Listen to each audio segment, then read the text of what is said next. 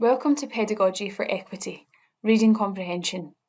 During this short video, we will look at the importance of reading comprehension and how the explicit teaching of reading comprehension strategies can contribute towards closing the poverty-related attainment gap through improved literacy outcomes.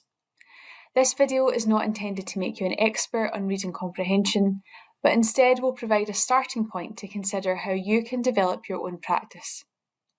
Throughout this video, there are pause points for further reading to consider if you wish. Research from the EEF shows the impact of reading comprehension strategies on children's understanding of text. Children learn a range of techniques and strategies which enable them to comprehend the meaning of what they read.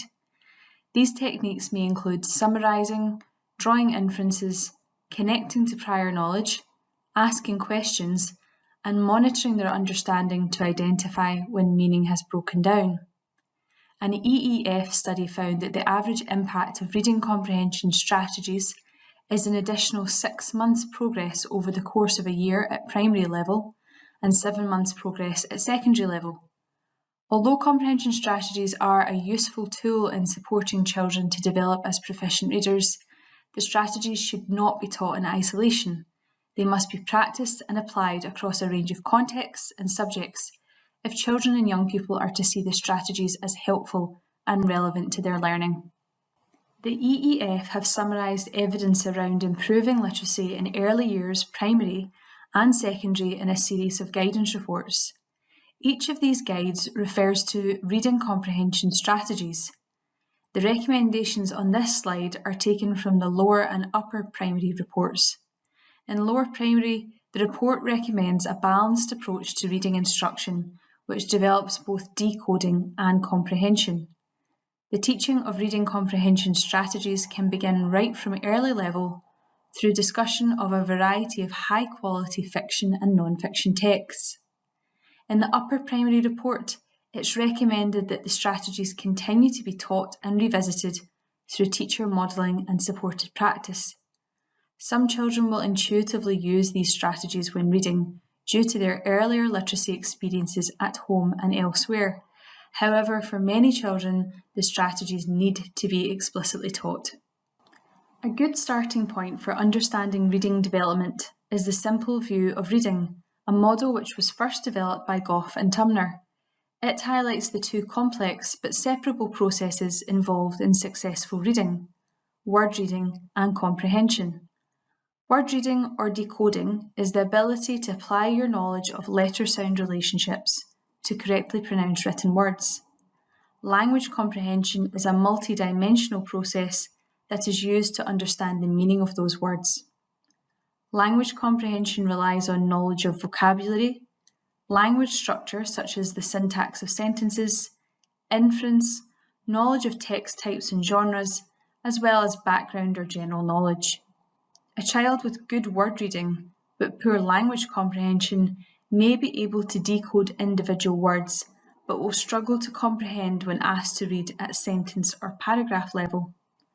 Reading is such a complex process that within your class, there is likely to be a spread of children across each of the 4 quadrants.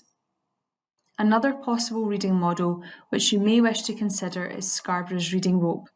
A link to this model can be found on the slide, along with further information on the simple view of reading. This infographic, kindly shared by the Highland Council, uses a balance scale to show the dynamic and sometimes sugary relationship between learning to read and reading to learn. On the left-hand side of this slide, the balance tips to early first level, where the focus is very much on learning to read. Beginner readers learn to read individual words as they develop their phonological awareness and decoding skills. Comprehension can be developed from early level through discussion of a wide variety of texts. Exposure to a variety of quality text is also a useful way to develop children's general knowledge, which supports with strategies such as prediction and making connections. This is particularly significant for children who do not come to school with experience of written text. Later in first and at second level, the balance shifts from learning to read to reading to learn. Now that readers can decode the majority of text, the focus of reading instruction is now reading comprehension.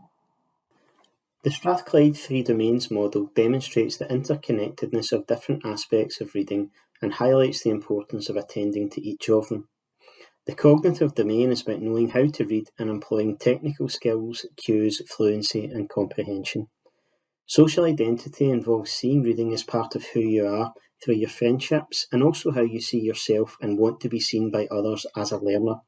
And cultural capital is really about different purposes of literacy and how those practices feature in our lives outside of the classroom, at home, and in our communities. Comprehension becomes important as we move from learning to read and the use of technical skills to reading to learn. It isn't about one approach being favoured over another, but as you become more proficient as a reader through the ability to decode, it is about weaving together all of your skills and strategies to make meaning at a deeper level. Reading comprehension opens the door to reading to learn.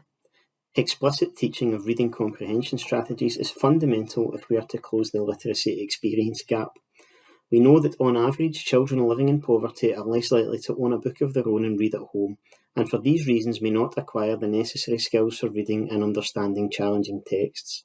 Therefore, reading comprehension strategy instruction is likely to be helpful to all pupils, harmful to none, and crucial for some. There is no set or definitive list of strategies and techniques to support reading comprehension. There is much overlap between the strategies, and similar strategies are given different names. The EEF recommends that there are 5 key strategies, however this is just one possible list. What is important is that the strategies are consistently named so that they can be discussed as you model using these and then support children as they practice and apply the strategies in context. The teaching of reading comprehension strategies should mirror the EEF 7-step model for teaching metacognitive strategies. The strategies allow children to be active in the process of reading, thinking about their own understanding, monitoring and evaluating as they move through a text. You can read more about this using the QR code on this slide, and you can find out more about metacognition by watching the Pedagogy for Equity metacognition video using the QR code on the slide. Following explicit teaching and practice, children are more likely to use these strategies independently and habitually, enabling them to manage their own learning in the future. As children progress through Curriculum for Excellence, there will be increasing complexity in the texts that they read. This means that they should have the opportunity to apply strategies across a range of not only fiction texts, but a variety of non-fiction and media texts. The same text can also be used within different levels as pupils bring new learning and experiences to each new reading. Thank you for watching, and we hope this video supports your reading comprehension journey. Please find a Padlet link from our national webinar, Teaching Reading Comprehension. This includes a link to the full hour-long webinar as well as associated resources and further reading.